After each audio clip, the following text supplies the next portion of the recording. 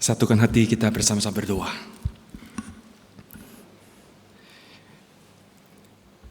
Biarlah hati kami terarah kepada Kristus yang sudah datang ke dalam dunia. Dan hati kami adalah hati yang dipenuhi dengan sukacita yang tidak terbeli di tengah-tengah dunia yang fana ini.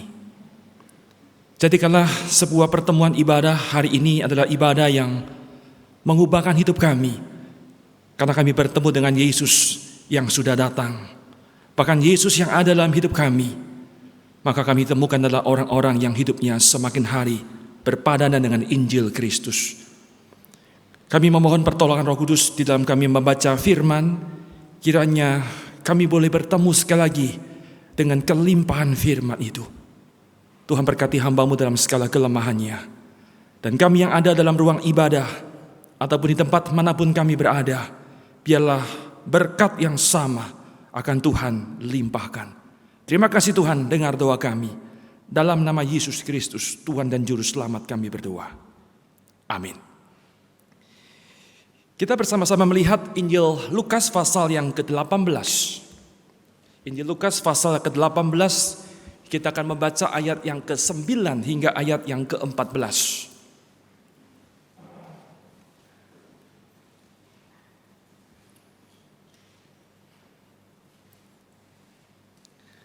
Lukas pasal yang ke-18 ayat yang ke-9, demikian firman Tuhan. Dan kepada beberapa orang yang menganggap dirinya benar dan memandang rendah semua orang lain, Yesus mengatakan perumpamaan ini. Ada dua orang pergi ke bait Allah untuk berdoa. Yang seorang adalah Farisi dan yang lain pemungut cukai. Orang Farisi itu berdiri dan berdoa dalam hatinya begini, "Ya Allah, aku mengucap syukur kepadamu karena aku tidak sama seperti semua orang lain. Bukan perampok, bukan orang lalim, bukan bejinah, dan bukan juga seperti pemungut cukai ini. Aku berpuasa 2 kali seminggu. Aku memberikan 1/10 dari segala penghasilanku." Tetapi pemungut cukai itu berdiri jauh-jauh. Bahkan ia tidak berani menengadah ke langit, melainkan ia memukul dirinya dan berkata, "Ya Allah, kasihanilah aku orang berdosa ini." Aku berkata kepadamu, orang ini pulang ke rumahnya sebagai orang yang dibenarkan Allah, dan orang lain itu tidak. Sebab barang siapa meninggikan diri, ia akan direndahkan, dan barang siapa merendahkan diri, ia akan ditinggikan. Demikian pembacaan firman Tuhan. Satu kali ada 3 tikus. Kemudian mereka saling unjuk kekuatan, unjuk kehebatan. 3 ekor tikus. Tikus pertama mengatakan, "Lihat saya. Yang namanya racun tikus adalah sebuah minuman bagi saya setiap hari. Saya mabuk-mabukan dengan racun tikus." Wow, temannya geleng-geleng kepala. "Bagaimana mungkin? Racun, apa kamu gak mati?" Gak mungkin. Tikus kedua gak terima dia. Dia boleh memamerkan dirinya. "Kamu tahu, bagi saya yang namanya perangkap tikus." Yang rupanya banyak tikus punya peliharaan, pasti punya perangkap tikus, bukan? Kata dia, "Ini adalah playground, arena bermain bagi saya. Saya keluar masuk, keluar masuk." Wah, temannya geleng-geleng. Tikus ketiga, dia ngelunyur pergi dia. Wah, 2 kawannya tanya, "Hai, kemana kawan? Kenapa kamu lari? Gak punya kehebatan ya? Tunjukkan, pamerkan di mana kekuatan kamu." Tikus ketiga mengatakan, "Sorry bro, gak punya waktu sama kalian. Saya mau dating sama kucing." Mana lebih hebat, saudaraku? Hari ini kita mau bersama-sama belajar tema soal masalah pride. Masalah kesombongan, saudaraku. Masalah kesombongan. Penulis Injil Lukas memulai narasinya dengan sebuah penjelasan, sebuah definisi yang sangat akurat. Apa yang disebut dengan pride itu? Dia berkata seperti kalimat yang luar biasa. Dia mengatakan, "Dan kepada beberapa orang yang menganggap dirinya benar." Saudara garis bawahi, menganggap dirinya benar. Itulah pride. Selalu merasa diri benar. Saya paling benar, saya paling tahu. Dan biasanya sikap ini akan diiringi dengan apa? Dengan memandang rendah semua orang lain. Seolah dia berkata begini, "Saya adalah orang yang pasti benar. Kalau kamu, wah pasti salah. Saya adalah orang belajar banyak. Saya ngerti soal konsep gereja, ngerti soal konsep ibadah, konsep misi, semua saya tahu. Orang lain belum tentu tahu. Nah itulah orang pride, saudaraku. Saudara-saudara sekalian, maka saya boleh katakan orang yang pride, kesombongan adalah apa? Ketika seseorang tidak mampu menilai dirinya secara benar. Tidak mampu menilai, melihat dirinya di bawah terang firman Tuhan. Maka dia menjadi orang yang kemudian cenderung apa? Cenderung menilai dirinya terlalu tinggi. Terlihat sombong. Atau sebaliknya, dia menilai dirinya terlalu rendah. Kita kenal dengan namanya minder. Saudaraku, minder itu bukan rendah hati. Minder adalah rendah diri. Dan orang yang rendah diri adalah orang yang dekat dengan apa? Kesombongan. Saudara, minder itu adalah kesombongan yang terselubung. Secara penampilan kita lihat, aduh orangnya gak banyak bicara, dia diam. Tetapi sesungguhnya orang yang minder seringkali dibalut dengan apa? Kesombongan. Nah saudara-saudara sekalian, kita akan masuk lebih dalam. Dan sebelum kita masuk, saya akan simpulkan bersama. Kalau gitu apa itu pride? Pride adalah ketika seseorang tidak mampu menilai dirinya dengan benar. Tidak mampu melihat dirinya di bawah terang firman Tuhan. Sekaligus dia tidak mampu kemudian menilai orang lain, bahkan Tuhan dengan benar juga. Jadi masalah kesombongan bukan masalah hanya dia orang kemudian belagu, kata orang Jakarta. Bukan, saudaraku. Tidak mampu menilai diri orang lain dan Tuhan. Maka ini satu problem yang sangat serius sekali yang namanya pride ini. Nah saudara-saudara sekalian, kita akan masuk dalam perikop ini. Mendalaminya. Tetapi menarik untuk kita kaji baik-baik. Ternyata perikop yang kita baca tadi mempunyai kaitan dengan perikop yang ada di atasnya. Nah, saudara perhatikan akan bagian ini. Di bagian atasnya di sana Yesus memberikan sebuah perumpamaan. Yesus berkata ada seorang janda yang kemudian dia tiap hari datang kepada hakim. Dia mengadukan perkaranya. Dan kemudian di akhir konklusi atau di awal Yesus mengatakan kesimpulannya. Yesus berkata, maka kamu harus berdoa. Berdoa dengan terus menerus. Doa dengan tidak pernah bosan. Dengan tidak pernah jemu. Saya memberi istilah, ada seorang janda, tanda petik, dia berdoa. Oke? Perikop di bawahnya. Bicara apa, saudara? Yang kita baca tadi. Di sana Yesus memperlihatkan ada orang kemudian yang kita kenal dengan namanya Farisi dan pemungut cukai. Kenapa mereka berdua? Sekali lagi, mereka juga berdoa. Anda melihat ada sebuah kesamaan pola, saudara. Ada manusia yang berdoa. Yang satunya janda, yang kemudian lain-lain lagi adalah orang Farisi dan pemungut cukai. Setelah saya lengkapkan semua bagian ini dengan gambar seperti ini. Makanya pertama ada seorang janda. Saya katakan adalah seorang yang kemudian dianggap sebagai second class. Wanita, janda pula. Bagi masyarakat Yahudi ini orang, sudahlah, gak masuk hitungan. Dan kemudian orang itu berdoa. Berikutnya ada pemungut cukai. Sekali lagi, punya kesamaan dengan janda. Pemungut cukai adalah kelompok orang yang kemudian disisihkan. Second class. Mereka berdoa. Dan hasilnya, dua-dua dibenarkan oleh Tuhan. Tetapi orang yang ketiga yang Yesus munculkan adalah seorang Farisi. Siapakah Farisi itu? Bukan second class, saudaraku. First class. Orang yang paling hebat, orang yang luar biasa pada hari itu. Dan ternyata orang ini dia berdoa dan hasilnya berbeda. Nah pertanyaannya, kenapa berbeda? Di mana perbedaannya? Saudaraku, jawabannya satu. Semua ini dimulai dari masalah apa?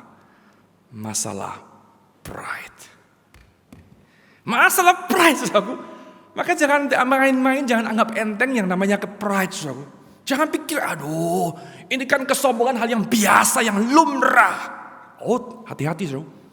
Di mata Tuhan, pride adalah kesalahan yang sangat serius.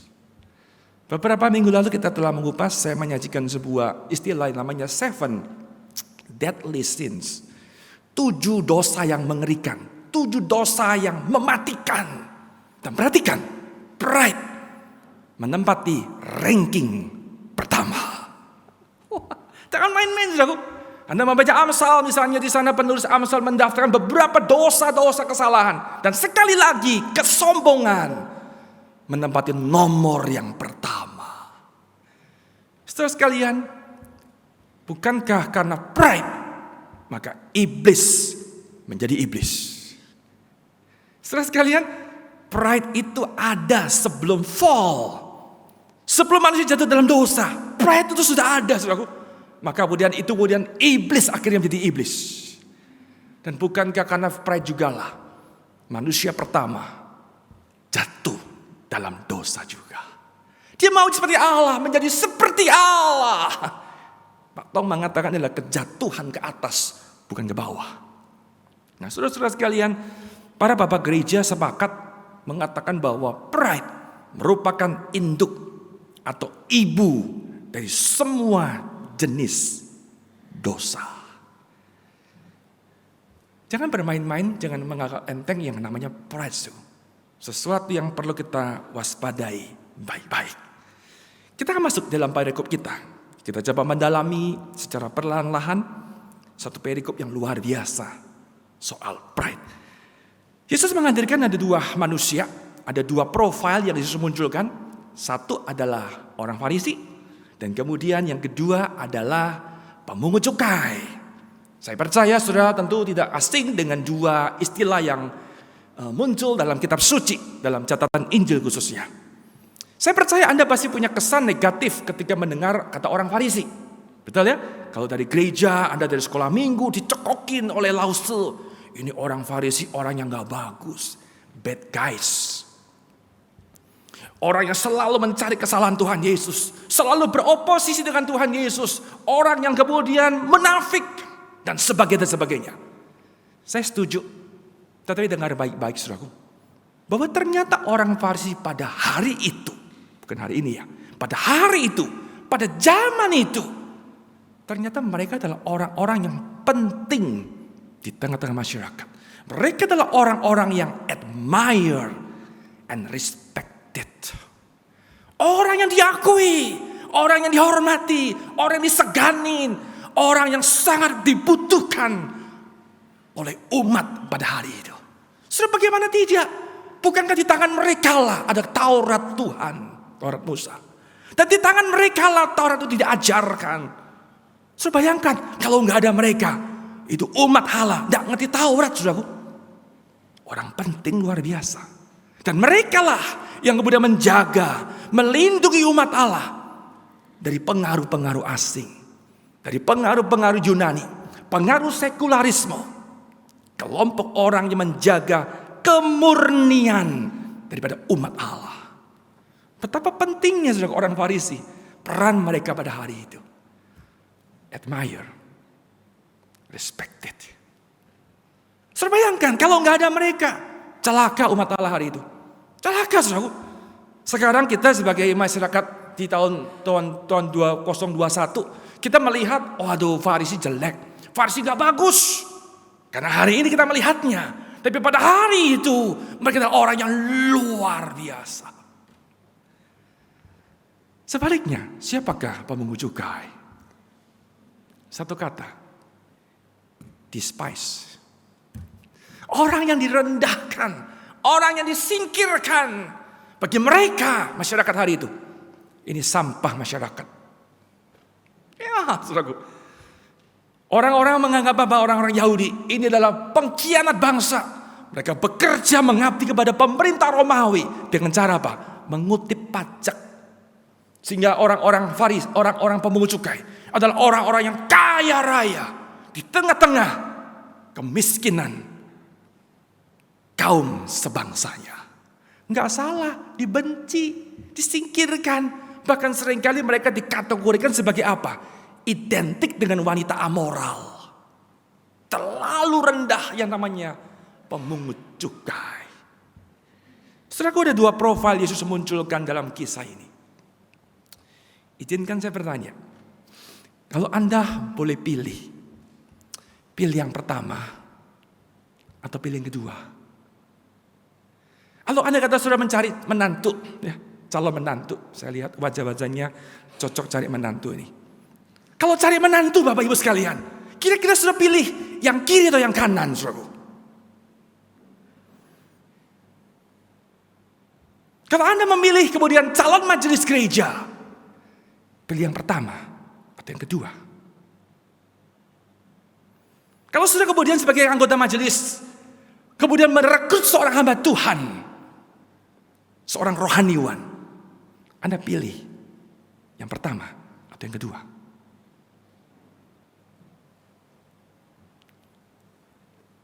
Saudara-saudara sekalian, saya balik pertanyaannya, saya ubah. Kira-kira engkau dan aku termasuk kategori yang pertama atau yang kedua? Adakah kita berkata, saya adalah kaum religius, saya adalah orang-orang yang dibutuhkan oleh gereja, saya orang dihormati dalam gereja, orang semua segan dengan diri saya? Kelompok pertama, saudara. Saya tahu banyak soal firman Tuhan, saya ngerti banyak hal. Atau saudara berkata,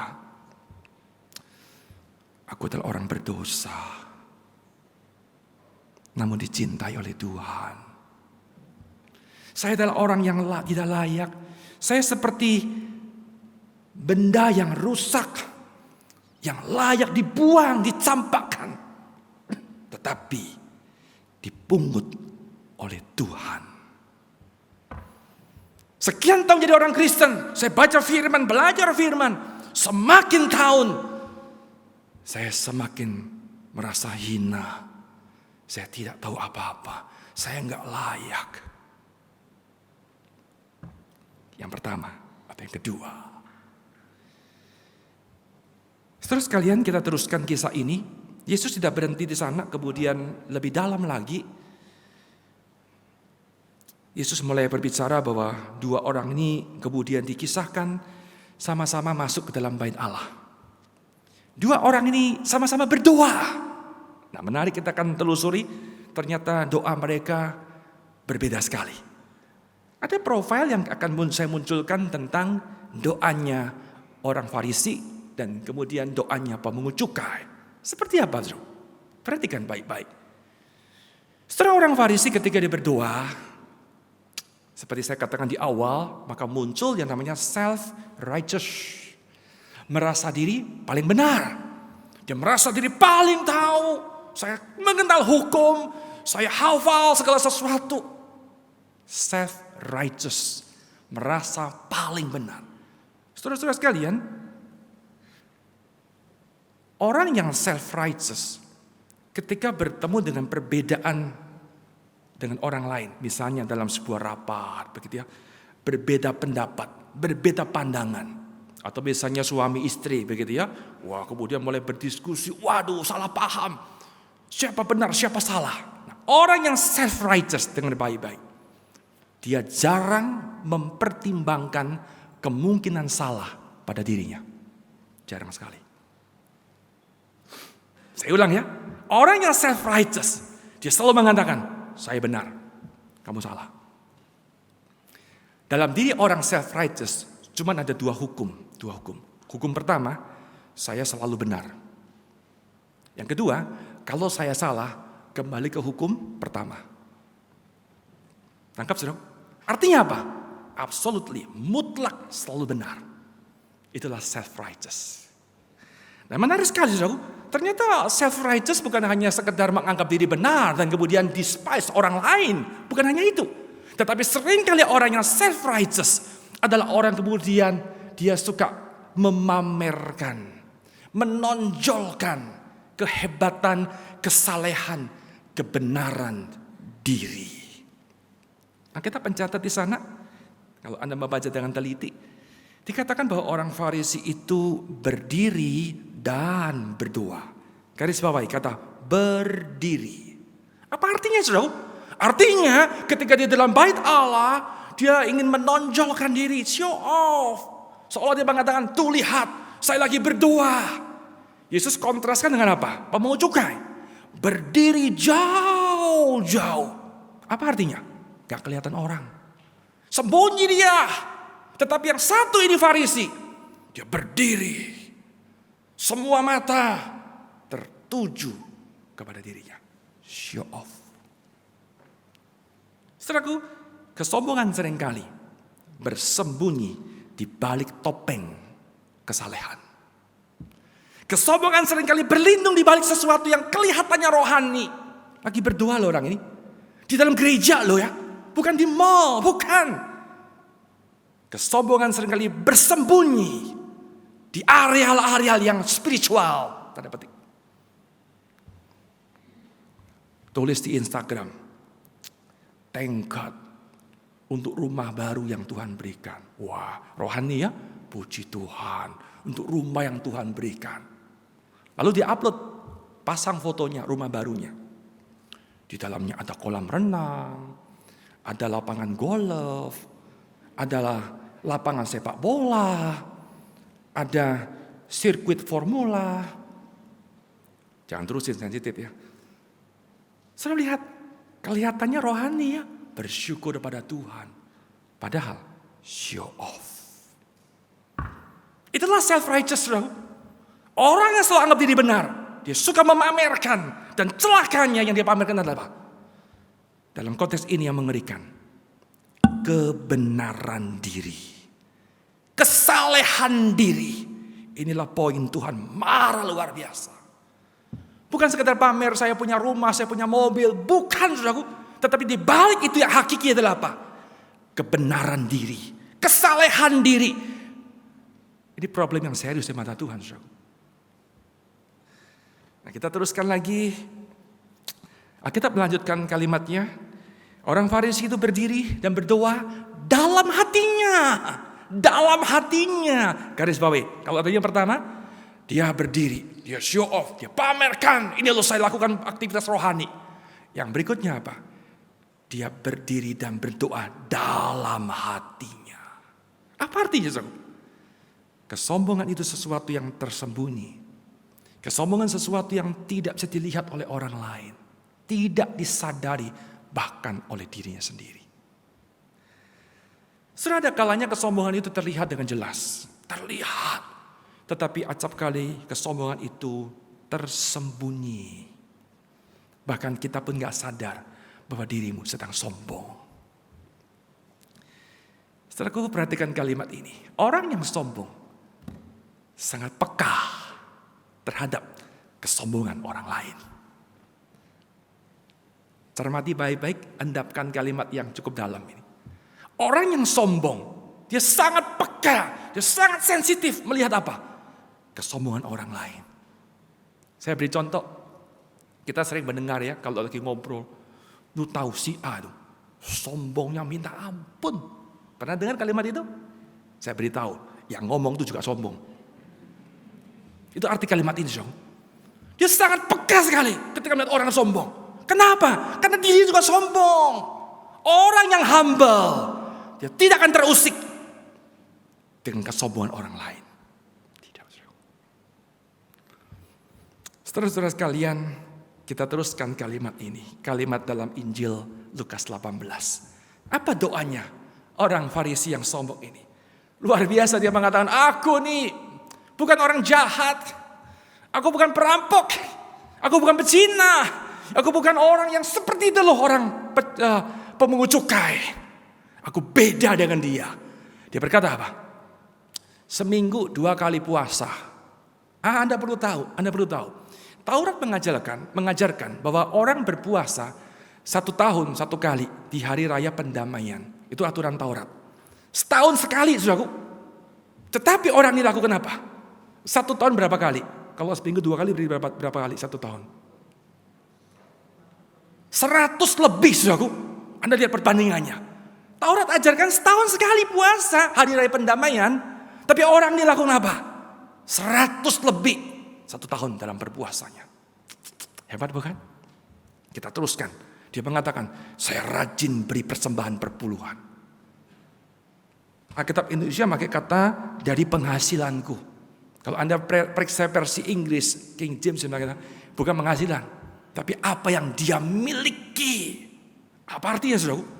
Jadi bukan hanya income dia 10%, Tapi semua yang dia punya dipotong 10%. Apa kesimpulannya? Dia memberi lebih daripada sekedar 10%. Hebat bukan? Hebat, saudaraku. Dengar baik-baik. Orang yang self-righteous, ternyata bukan hanya dia pamer di depan manusia, tapi sekarang dia memamerkan di depan Tuhan.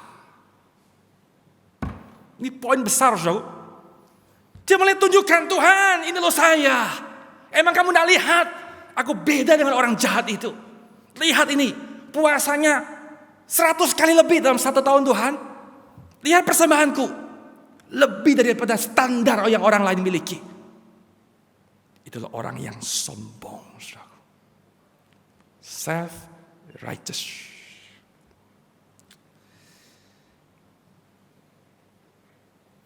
Hati-hati dengan self-righteous. Membanggakan kesalehan diri. Membanggakan kebenaran diri. Saudaraku, dengar baik-baik kalimat ini. Iman Kristen tidak pernah dibangun di atas kebenaran diri. Tidak pernah. Iman Kristen hanya dibangun di atas kebenaran Tuhan. Di atas korban Kristuslah. Maka kita boleh bermegah. Kita boleh membanggakan diri. Di atas dasar kebenaran Kristus, bukan kebenaran diri kita. Inilah poin yang fatal di dalam diri orang Farisi, membuat kemudian dia dicampakkan oleh Tuhan. Kita teruskan. Bukan hanya self-righteous, berikutnya adalah self-centered. Self-centered, pusatnya pada diri. Pusatnya diri saya. Saudaraku, memang dia mengawali doanya dengan luar biasa. Kalau Anda baca tadi, dia berkata, ya Allah, aku mengucap syukur kepadamu. Rohani sekali ya. Beda dengan kita. Kalau Anda doa gimana? Langsung Tuhan minta ini dong. Minta ini, minta ono. Minta melulu kerjaannya. Itu kita. Betul ya? Ngaku dosa. Beda sama orang Farisi. Dia mulai dengan doanya. Aku mengucap syukur. Tapi jangan berhenti dulu. Teruskan kalimat-kalimatnya. Baca dengan teliti. Apa yang dia utarakan dalam doa ini? Saudaraku, ternyata doa dia adalah doa yang berfokus kepada diri sendiri. Kalau Anda baca dengan teliti, paling tidak ada 5 kali kata aku,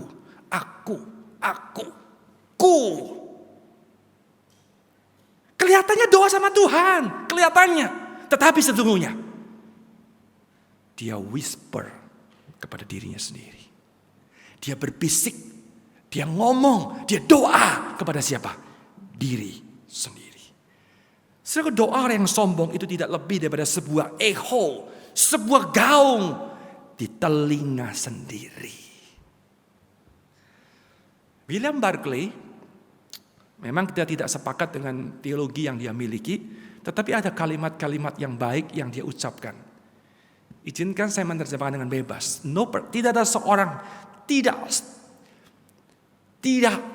ada orang yang sombong ya, yang kemudian despise, yang orang yang merendahkan, meremehkan orang lain yang bisa berdoa. Sekali lagi ya, orang yang sombong tidak mungkin bisa berdoa, nggak bisa, saudaraku. Sebaliknya kata Barclay, hanya orang yang betul-betul broken, betul-betul hancur, betul-betul humble di hadapan Tuhan. Orang itu baru bisa berdoa. Saudara-saudara sekalian, kita teruskan. Yang pertama, kita simpulkan di sini adalah self-righteous, merasa paling benar. Dia pamerkan kehebatan, kesalehan dirinya. Kemudian adalah orang yang self-centered, pokoknya saya. Tanpa sadar dia tidak perlu Tuhan, tidak perlu berdoa. Yang ketiga adalah self-sufficient. Orang yang sombong, orang yang pride adalah orang yang merasa diri oke, merasa diri mandiri, orang yang tidak perlu Tuhan, tidak perlu orang lain. Saya bisa semuanya.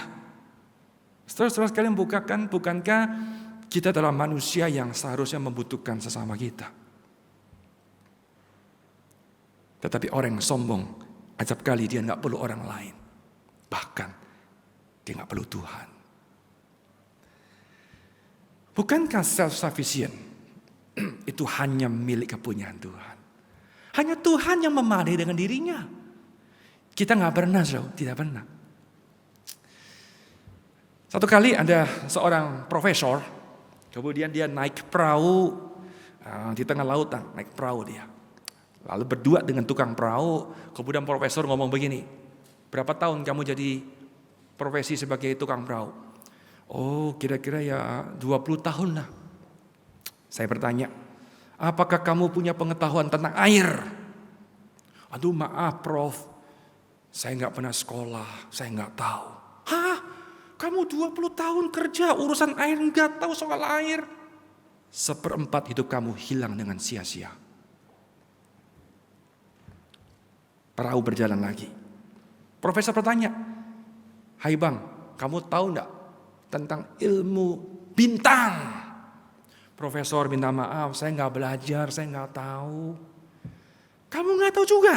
1/4 hidup kamu hilang dengan sia-sia. Jadi berapa total yang hilang dari tukang perahu ini? Setengah hidupnya sia-sia, kosong. Perahu di tengah-tengah lautan. Datang badai. Datang angin. Datang gelombang besar. Lalu kemudian tukang perahu bertanya, Profesor mohon maaf, kamu bisa berenang tidak? Profesor menjawab, kamu tidak tahu saya orang sibuk.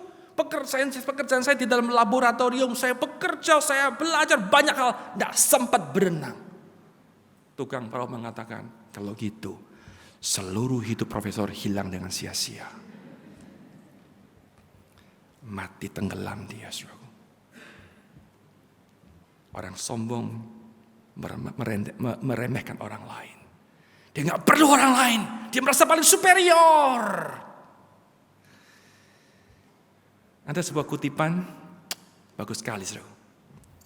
The only person, satu-satunya orang yang Tuhan biarkan dia pergi dengan empty, dengan kosong, adalah orang yang penuh dengan dirinya.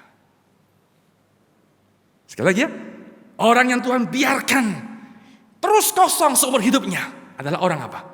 Orang yang penuh dengan dirinya. Apa artinya? Self-sufficient. I'm okay. Aku bisa semuanya. Aku punya semuanya. Aku tidak perlu orang lain. Bahkan tanpa sadar dia tidak perlu Tuhan. Dalam titik inilah Tuhan biarkan orang itu tetap kosong seumur hidupnya. Itulah pride. Sementara itu bagaimana dengan pemungut cukai? Tadi orang Farisi, dia self-righteous, dia self-centered, dia self-sufficient. Seperti apakah Profil Yesus munculkan tentang orang pemungut cukai ini, saudaraku? Yesus berkata, Alkitab mencatat dengan jelas, dia berdiri jauh-jauh. Dia tunduk kepala, tidak berani angkat kepala. Dia pukul dadanya. Dia berkata, aku orang berdosa. Aku enggak layak. Aku perlu Tuhan.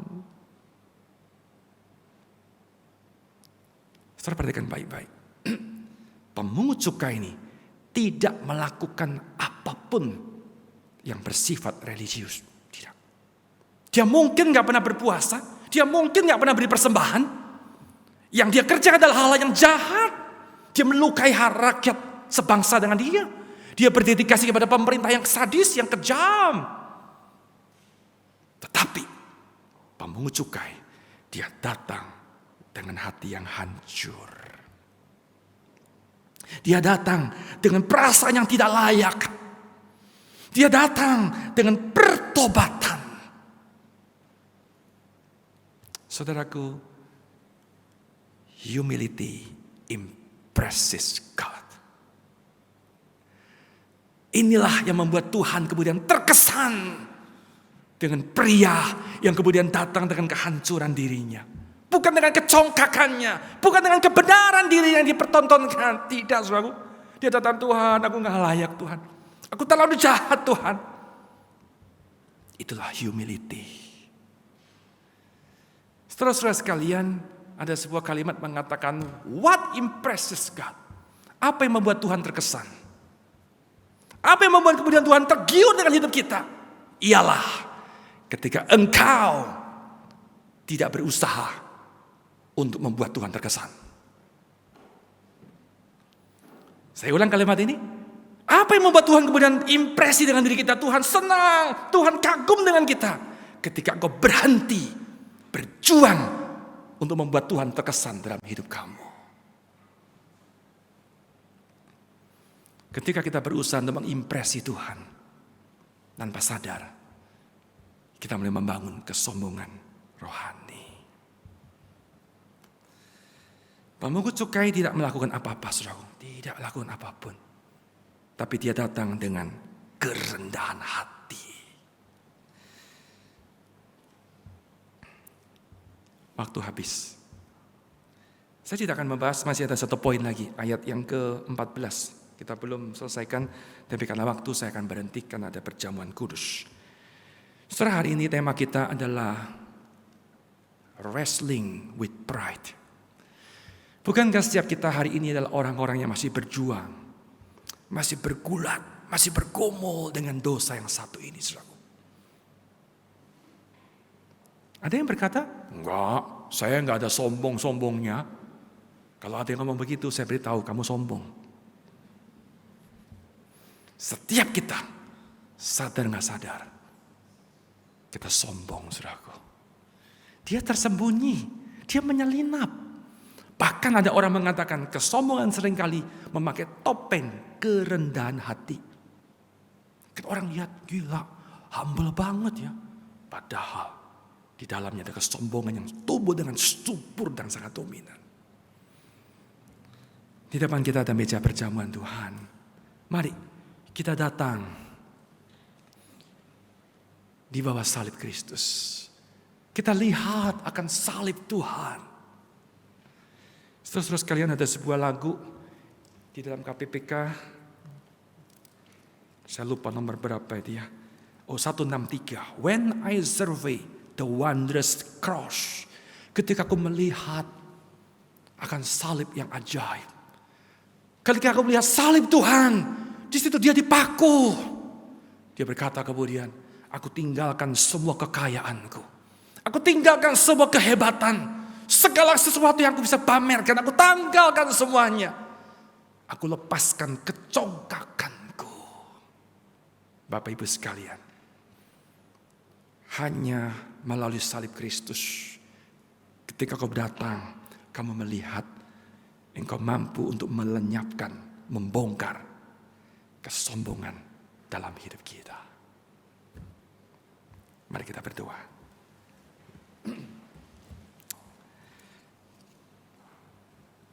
Ambil waktu 1 menit, sudah berdiam di hadapan Tuhan.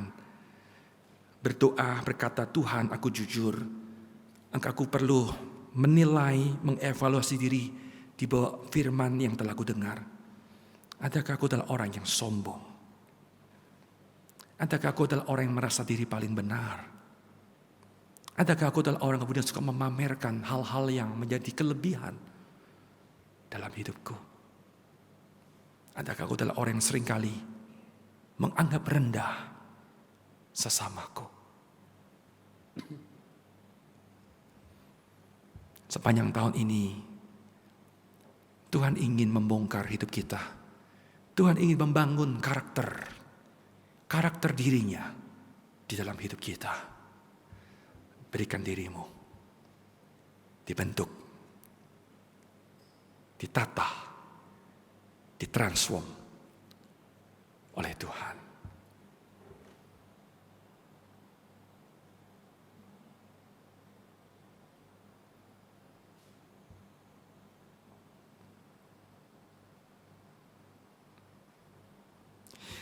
Ya Tuhan, kami merasa gentar di penghujung tahun 2021. Kalau ternyata Tuhan memeriksa hidup kami, hati kami, dan Tuhan belum menemukan berubahan demi berubahan yang terjadi. Ada puluhan khotbah sepanjang minggu kami dengar dari mimbar ini. namun sedikit pun mungkin belum mengubah kami. Kami masih bergumul, kami masih bergulat, kami masih struggle luar biasa Tuhan. Tapi biarlah dalam ibadah hari ini kami mau belajar memandang kepada salib Tuhan, kepada karya Kristus di atas kayu salib. Karena kami tahu itulah satu-satunya yang memampukan kami untuk hidup berpadanan dengan diri-Mu. Dengan kekuatan manusia kami seringkali jatuh, kami terlalu rapuh ya Tuhan. Bahkan di titik itulah kami merasa sombong, kami merasa bisa untuk berubah. Dan itulah yang kemudian membuat kami semakin terhalang dalam bertumbuh. Hari ini kami memberikan diri kami, membiarkan Tuhan bekerja, membentuk dan mentransform hidup kami. Buat kami semakin rendah hati ya Tuhan. Buat kami menyadari diri kami, mengenal diri kami di bawah terang firman Tuhan. Jangan buat kami jadi orang yang inferior atau orang yang superior. Tapi kami mau jadi orang yang sungguh-sungguh hidup mengenal diri di hadapan Tuhan. Terima kasih untuk firman, untuk pengajaran-Mu. Tuhan berkati setiap jemaat-Mu. Terima kasih Tuhan, dengar doa kami. Dalam nama Yesus Kristus kami berdoa. Amin.